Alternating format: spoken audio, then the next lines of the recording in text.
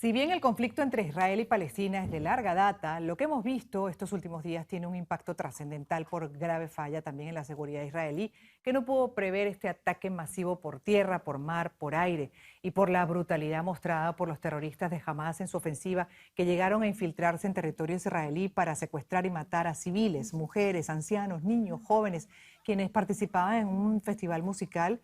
Los terroristas no tuvieron piedad. Mataron, secuestraron, pero además se llevaron los cadáveres como trofeos. Las imágenes que circularon son dantescas. Este lunes se registró una nueva ronda de cohetes lanzada desde Gaza por Hamas, en esta oportunidad provocando 7 heridos en la región de Jerusalén, mientras Israel continuó bombardeando posiciones e infraestructuras de la organización terrorista que amenazó con ejecutar públicamente a los rehenes civiles si Israel no cesa la contraofensiva contra Gaza. فإنه ومن هذه الساعة نعلن بأن كل استهداف لأبناء شعبنا الآمنين في بيوتهم دون سابق إنذار سنقابله آسفين بإعدام رهينة من رهائن العدو المدنيين لدينا. Un elemento de análisis son las fallas en la seguridad y en la inteligencia israelí. El primer ministro Benjamín Netanyahu tuvo que salir a negar este lunes informaciones que apuntan a que el jefe de la inteligencia de Egipto, Abbas Kamel, le habría advertido 10 días antes del ataque de Hamas sobre una operación inusual y terrible que estaría en marcha. El portal israelí Ynet publicó este lunes esa información citando fuentes egipcias, según la cual Netanyahu habría sido alertado de que Hamas preparaba algo grande, pero que habría desestimado la advertencia. En Jerusalén se encuentra el periodista Gabriel Ventajal, reportero especializado en Medio Oriente, a quien siempre consultamos. Gabriel, buenas noches, gracias por dedicarnos estos minutos en medio de las circunstancias. Gracias, Gladys, a ti. Nuestra solidaridad además con la población israelí. Y me gustaría empezar por esto último, que se está cuestionando al interno. Entiendo que, bueno, obviamente la prioridad ahorita es proteger a la población, avanzar en este plan que se ha iniciado, que bien subraya Netanyahu, es recién el comienzo, esta contraofensiva. Pero ya desde adentro también cuestionan lo que habría sido fallas importantes en el sistema de seguridad, Gabriel. Primero que fue una falla enorme, del nivel, podríamos decir, de las Torres Gemelas, o del nivel de la guerra de Yom Kippur hace 50 años. No es algo menor. No solamente parece no haber sido solamente una falla técnica, o sea que algún tipo de intervención para limitar la capacidad tecnológica, sino que una falla conceptual. No se lo vinieron venir y la situación en ese sentido es especialmente grave. Luego de haber dicho eso, la verdad es que la población de Israel en este momento no está preocupada o no eleva el tema que has planteado, porque en general lo que se trata ahora es, ya tendremos tiempo de acusar a quien tomó las malas decisiones, a quien fue engañado, el que tomó de manera irresponsable medidas como, por ejemplo, reducir la cantidad de soldados que estaban en la frontera. Ya habrá tiempo para eso y yo creo que cuando ese momento llegue, no te extrañes que incluso pueda caer el gobierno de Israel. Ahora bien, de acuerdo a la vulnerabilidad que tienen hoy, porque no solamente por el sur, también se estima que puede haber ataques desde el norte, en fin, ya se han manifestado otros grupos terroristas como Hezbollah que quieren sumarse a este ataque contra la población israelí. Entonces la pregunta es cómo están a partir de este momento. Vemos que están actuando en una primera fase, pero ¿qué tan protegida está la población ante esa amenaza? Bueno, en la primera etapa de la población fue estar en shock. No se lo podía creer. Tú piensas que una población que estaba convencida, que está convencida históricamente que tiene un ejército fuerte, de pronto ve que no pueden proteger a sus propios familiares. Entonces la sensación de impotencia es algo que va a ser difícil de erradicar y creo yo va a crear un trauma a la población. Pero desde el momento que empezaron a actuar, entonces ya el foco cambia. Y la primera etapa de la actuación fue intentar tomar control nuevamente de los poblados que fueron tomados por el Hamas y buscar entre los escondites, entre los campos, entre los gallineros, donde se habían escondido los terroristas para evitar que sigan asesinando gente. Y a la vez comenzar un ataque aéreo en contra del Hamas, que son las imágenes que tú estás viendo ahora. Entonces, la primera etapa física fue tomar el control y contraatacar desde el punto de vista aéreo. Mientras, y es lo más importante, el gobierno de Israel ahora está planificando Ujú. y citando a reservistas porque va a empezar un ataque terrestre. Ujú. ¿Y qué pasa con también lo que se ha revelado, por ejemplo, de la alianza, incluso con países como Irán? También, bueno, ¿hasta qué punto esto puede ser parte de una organización mayor en contra de Israel que pueda estar, bueno, a partir de ahora procurando más bien por diferentes frentes atacarlo y debilitar al Estado de Israel? Mira, el Wall Street Journal publicó hoy un artículo que justificaba y decía que todo lo que había ocurrido lo había planificado Irán. Yo no creo que todavía tengamos pruebas para algo tan contundente, porque te vuelvo a decir, en esta etapa hay mucho supuesto y todavía no hay una investigación seria, o por lo menos no se dio a entender esa investigación seria por los responsables directos. Mm. Si Irán hubiese sido el responsable directo, claro, ya en este momento Teherán estaría siendo atacada y no está siendo atacada. No significa esto que Irán no haya sido fundamental para todo lo que estamos viendo ahora, porque Irán tenía una intención clara y es impedir que Israel firme un acuerdo de paz con Arabia Saudita. Y en todo momento que judíos combaten contra musulmanes, Arabia Saudita no va a dar el paso de firmar un acuerdo formal con Israel. Entonces, en ese sentido, Irán estaba interesada. Pero por otro lado, ¿quién es el brazo ejecutor de Irán? El que hace lo que Irán pide en el Medio Oriente. Hezbollah, que está ubicado en el sur del Líbano. Y sin embargo, Hezbollah tampoco entró a la guerra por ahora. Y lo que ha hecho es coquetear con lanzar morteros para mostrar de que realmente estaban por la causa, sin entrar realmente al combate, porque Hezbollah posee en este momento alrededor de 150.000 cohetes para disparar contra Israel. Ujú. Hay otros elementos, por ejemplo, las supuestas armas que se dejaron o que el gobierno de Estados Unidos dejó en Afganistán, que se estarían usando del lado palestino. Los 6.000 millones de dólares que habría dado Estados Unidos, el gobierno de Biden, a Irán, que estarían supuestamente siendo usados para este tipo de actos terroristas.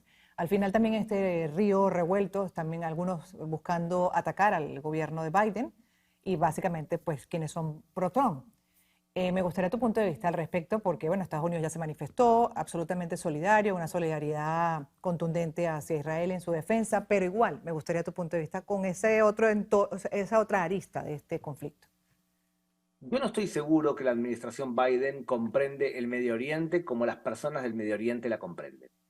Ujú. Por ejemplo, si tomamos en cuenta la ideología de Joe Biden y de Barack Obama con respecto a Irán, su posicionamiento era intentar meter a Irán en la arena internacional, hacerla formar parte de la comunidad internacional y de esa forma esperar que se modere.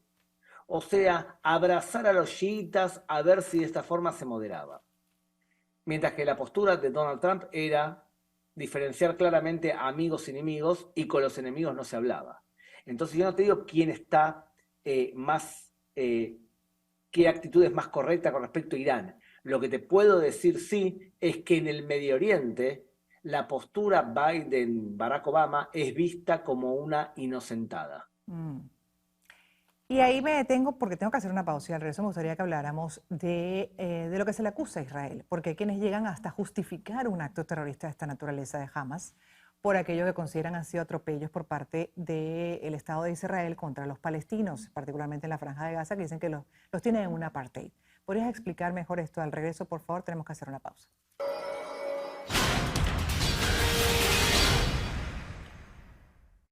Por cierto, el presidente colombiano Gustavo Petro no deja de generar controversia por las barbaridades que escribe en sus redes sociales. En esta oportunidad, posicionándose en favor de Palestina sin condenar abiertamente el ataque terrorista contra Israel. Pero este lunes llegó al punto insólito de acusar a Israel de nazismo en contra de Palestina, asegurando que puede haber un nuevo holocausto pero ahora contra esta población árabe, y comparó la guerra en Gaza con el campo de concentración de Auschwitz. Al regreso también el punto de vista de nuestro invitado.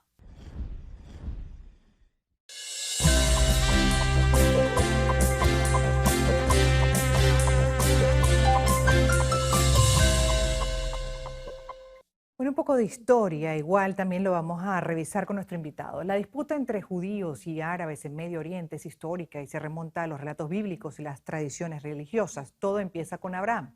a quien Dios llamó y le hizo una promesa diciendo que lo bendeciría y haría de él una gran nación. Abraham es considerado un progenitor común tanto para los judíos como para los árabes. En el libro del Génesis de la Biblia se relata cómo Abraham tuvo dos hijos de mujeres distintas, Isaac e Ismael. Isaac es considerado el ancestro de los judíos, mientras que Ismael es considerado el ancestro de los árabes. Pero esta conexión genealógica ha sido utilizada tanto para reforzar los lazos históricos y espirituales entre las comunidades judías y árabes como para alimentar las tensiones y los reclamos territoriales. Y es que la tierra de Israel y Palestina, que se encuentra en el corazón del conflicto, es considerada sagrada tanto por judíos como por musulmanes y cristianos. En particular Jerusalén, que es un lugar de gran importancia religiosa para las tres religiones. Pero si bien este relato bíblico nos da un contexto histórico y religioso del origen de esta disputa, el conflicto actual entre Israel y Palestina también tiene otras causas políticas, sociales, económicas y de seguridad muy complejas que han evolucionado a lo largo de los años y que han ido involucrando a otros actores como los grupos terroristas que actúan en la zona como Hamas o Hezbollah. Y seguimos con Gabriel Ventasgal, periodista especializado en Medio Oriente, justamente revisando esto y otros hechos que es necesario revisar, Gabriel, para entender un poco la magnitud, lo complejo de este problema, ¿no? Porque es que hay que partir de la base de que para musulmanes radicales, no podemos hablar del resto, ni tampoco de los ciudadanos, los civiles palestinos, obviamente, que no comulgan ni siquiera con estas posturas radicales extremistas. Pero para ellos ni siquiera ustedes deberían existir, la población como tal israelí debería existir, o los judíos en particular, en el planeta. ¿Es así? Mira, aquí la concepción es más que árabe, que es quien habla árabe. Acá el problema es porque hay también árabes cristianos y muchos árabes cristianos que son pro-occidentales. Acá el tema principal es la interpretación islámica de la relación con los que no son musulmanes. Entonces tienes tú a musulmanes moderados, como seguramente debemos tener conocidos ambos, que jamás te van a decir lo que te dice Hamas o lo que te dice Al-Qaeda, lo que te dice ISIS. Y lo que te dicen es, un judío o un cristiano puede vivir en Tierra Santa Islámica. Y Tierra Santa Islámica es desde España hasta Pakistán. Se conoce en árabe como Dar el Islam, la casa del Islam, y ahí se impuso en el año 750 la Sharia, la ley ortodoxa islámica, y un califa gobernaba todo ese territorio. Según la teología islámica en su versión radical, el judío puede vivir ahí, y el cristiano también, siempre y cuando pague una jizya, un impuesto por cabeza. Pero no puede montar a caballo o en burro porque eso humilla a musulmán, no puede portar espada porque eso humilla a musulmán, no puede, por supuesto, juzgar a un musulmán, no puede tocar sus trompetas y sus campanas porque eso humilla a musulmán. Es un ciudadano de segunda. Si se entiende esta concepción islámica clásica, se puede también comprender que ningún grupo radical islámico va a aceptar la creación de un Estado judío, no importa en qué fronteras, y tampoco un Estado cristiano, no importa en qué fronteras, jamás, porque sería renunciar a una concepción teológica. Y eso me lleva a otro tema entonces, o al mismo tema, y es que lamentablemente para los israelíes el conflicto palestino-israelí es una disputa que se podría solucionar con la división de tierra. Para la mayoría de los palestinos, incluso para los que no son de Hamas, el conflicto es religioso. Consideran que la tierra de Israel es una tierra que no se puede dividir porque el judío no tiene derecho a un Estado propio. Por lo tanto, aquella persona que piensa que esto es un conflicto territorial, lo que está haciendo es traduciendo al idioma que él cree un conflicto que no comprende. O sea, en otra forma, es como decirte lo siguiente, Gladys, se llama el síndrome del espejo. Como yo pienso que los conflictos son materialistas, pienso que todos piensan igual. Como yo soy lindo, pienso que todos son lindos. Como yo soy laico, pienso que todos son laicos. Y como yo soy bueno, pienso que todos son buenos. Eso es el síndrome del espejo. Así es, pero entonces me gustaría que entráramos al territorio, la Franja de Gaza. ¿Qué es lo que hay ahí? Son 2 millones de personas que según, y además así muchas veces se denuncia, pues son apartadas, son maltratadas por parte del Estado de Israel. Sin duda hay una precariedad, es una precariedad que contrasta con el desarrollo que tiene Israel. ¿Hasta qué punto podría haber en algún momento un entendimiento entre partes y que incluso Israel pudiera compartir sus desarrollos con esas zonas? ¿Cuál es la dependencia, la interdependencia que hay al punto de considerar que, bueno, ustedes abusan y cometen violaciones de derechos cuando cortan luz, cuando cortan agua, etcétera? Mira, lamentablemente estamos hablando de dos territorios que son separados. O sea, es como acusar, por ejemplo, a Estados Unidos que es el responsable de muchas de las cosas que pasan en Uganda. Es verdad que acá hay fronteras, pero son dos estados separados. La Franja de Gaza son 350 kilómetros cuadrados, gobernados por el Hamas, donde no hay ninguna presencia militar israelí y no hay ninguna presencia civil israelí. ¿Tienen fronteras con Israel? Por supuesto que sí. ¿Tiene Israel la obligación de permitir la entrada de palestinos de la Franja de Gaza hacia el interior de Israel? Por supuesto que no. ¿Que acaso Estados Unidos permite la entrada de todas las personas del mundo que quieran venir a Estados Unidos de forma libre? Por supuesto que no. Los palestinos pueden salir de la Franja de Gaza y lo hacen a través de Egipto, que está en la frontera sur. Por lo tanto, lo que hay es un estado de guerra.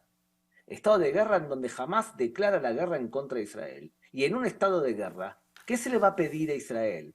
¿Que alimente las bocas de Hamás? Ahora, se le puede pedir a Israel que no haga acciones para que el pueblo palestino inocente sufra. Bueno, en ese sentido, entran aproximadamente 40.000 camiones con comida, pasan por la frontera con Israel. Israel abrió durante 4 o 5 meses últimos la entrada de palestinos, de trabajadores palestinos, para que ganen dinero en Israel, 20.000. Y sin embargo, a pesar de la mejoría económica, los palestinos igual hicieron el atentado. Por lo tanto, a mí me resulta medio extraño cuando se acusa a Israel de algo que no tiene que ver con su territorio, no tiene que ver con su país, y acusa a Israel de no proteger al Hamas. Es como pedirle, por ejemplo, a Inglaterra que se solidarice con los nazis durante la Segunda Guerra Mundial, porque los nazis también querían borrar a Inglaterra del mapa. Claro, pero si no existiera jamás en ese territorio, ¿cómo sería quizás la relación entre ustedes? Y sobre todo porque además, conversando contigo en la oportunidad que tuve de viaje a Israel, por ejemplo, una de las cosas que hablamos fueron los desarrollos y cómo están ustedes logrando hasta exportar, por ejemplo, parte de esos desarrollos y ayudar a otros países. ¿Cómo sería o podría haber sido la relación con, en este caso, con los palestinos?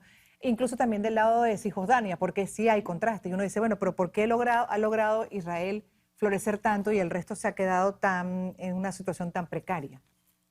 Yo te voy a hacer una pregunta, te voy a hacer 2 preguntas simples. Según tu intuición, Gladys, y lo que sabes de Medio Oriente, que sabes mucho, ¿qué sucedería si Israel deja de defenderse? Desaparece. ¿Y qué pasaría si los palestinos dejan de intentar hacer atentados y matar judíos? Bueno, sí, sí, si ponen las armas, obviamente, y ahí el espíritu fuese de convivencia, podríamos hablar de una dinámica de paz. ¿Es factible? Bien. Y entonces aclaramos claramente quién es el agresor y quién es el agredido. Así lo veo, y yo lo sentí en ese territorio cuando estuve. Conviven además musulmanes, con cristianos, con judíos en el territorio, como ejemplo, como Tel Aviv y otras ciudades de Israel. Yo lo percibí también, pero me llamó poderosamente la atención y te lo pregunté y me gustaría que lo compartieras también con la audiencia, ese contraste que hay entre regiones. Lo que es, por ejemplo, yo no llegué a ir al sur por razones obvias del peligro, pero sí pasamos a Belén y todos esos territorios se ven precarios versus lo que representa Israel y sus desarrollos. ¿Por qué? Explícalo, por favor, Gabriel. Mira, por varias razones, entre otras cosas porque estamos hablando de una democracia frente a una dictadura, y cuando una democracia vibra, tenemos un país que es creativo y que se felicita la iniciativa privada. Cuando un país es democrático, la mujer tiene la misma iniciativa que el hombre, entonces producimos todos, hombres y mujeres. Cuando un país no es tan religioso, no es guiado por una versión radical, en vez de preocuparte por destruir al otro, te preocupas por crear tú. Y entonces, evidentemente, el desarrollo va a ser diferente. Si tú lo que haces es invertir en tu clase media, si tú lo que haces es invertir en educación, y tú lo que haces es entender que hay pobreza y tienes que ser muy creativo, y lógicamente tu desarrollo va a ser mucho más evolucionado que otro grupo que está obsesionado por matar la mayor cantidad de judíos. Y si le dan la oportunidad de hacerlo, lo hace como vimos últimamente. Por cierto, ya para cerrar, un comentario que vi, por ejemplo, los argumentos de palestinos que hacen vida en la Franja de Gaza. Una de las cosas que dicen es como ustedes los oprimen tanto, no los dejan crecer, desarrollarse, etcétera, no hay oportunidad de formarse en universidades, lo que tú argumentas, de trabajar, de hacer, y son presa fácil para el terrorismo, al final, pues con el tiempo libre para sumarse a estas causas violentas. Puede ser, por más que los líderes de los grupos radicales islámicos no son pobres, sino que se aprovechan de la pobreza de otro. Y entonces, yo te pregunto a ti, ¿qué debe hacer un pro-palestino de verdad? Sí, debe exigir la creación del Estado palestino, de la cual yo estoy a favor. Pero tenés que poner el acento realmente en quien humilla y somete y no le da democracia al pueblo palestino. Si tú escribes algo en contra del Hamas, viene el Hamas y te dispara con las piernas y en las manos, cosa que no puedas volver a escribir. Entonces se aseguran de que no haya críticas. Y entonces un verdadero pro-palestino critica a quien somete todo el año a los palestinos. Porque si no, si lo único que haces es criticar a Israel y te posicionas a favor del Hamas, puede ser que se note tu tufillo que no eres pro-palestino. Tú lo que eres es anti-israelí. Y si tú eres anti-israelí y solamente quieres que desaparezca el Estado judío y todos los demás estados del mundo te parecen que tienen derecho a existir, tengo novedades para ti. Tú no solamente eres anti-israelí, eres antisemita, porque odias a un solo Estado, que es el Estado del pueblo judío. Las cosas como son, Gladys.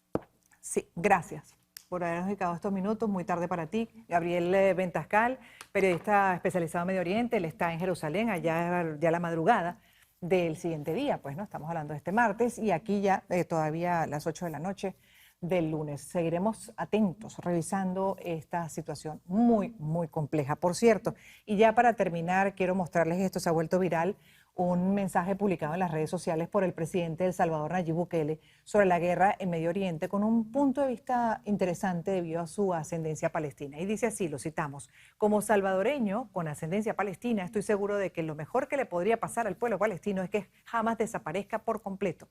Esas bestias salvajes no representan a los palestinos. Cualquiera que apoye la causa palestina cometería un gran error al ponerse del lado de esos criminales. Sería como si los salvadoreños nos hubiéramos puesto del lado de los terroristas de la MS-13, solo porque compartimos ancestros o nacionalidad. Lo mejor que nos pasó como nación fue deshacernos de esos violadores y asesinos y dejar que la gente buena prosperara. Los palestinos deberían hacer lo mismo, deshacerse de esos animales y dejar que la gente buena prospere. Esa es la única manera de avanzar, escribió Bukele. En breve regresaremos.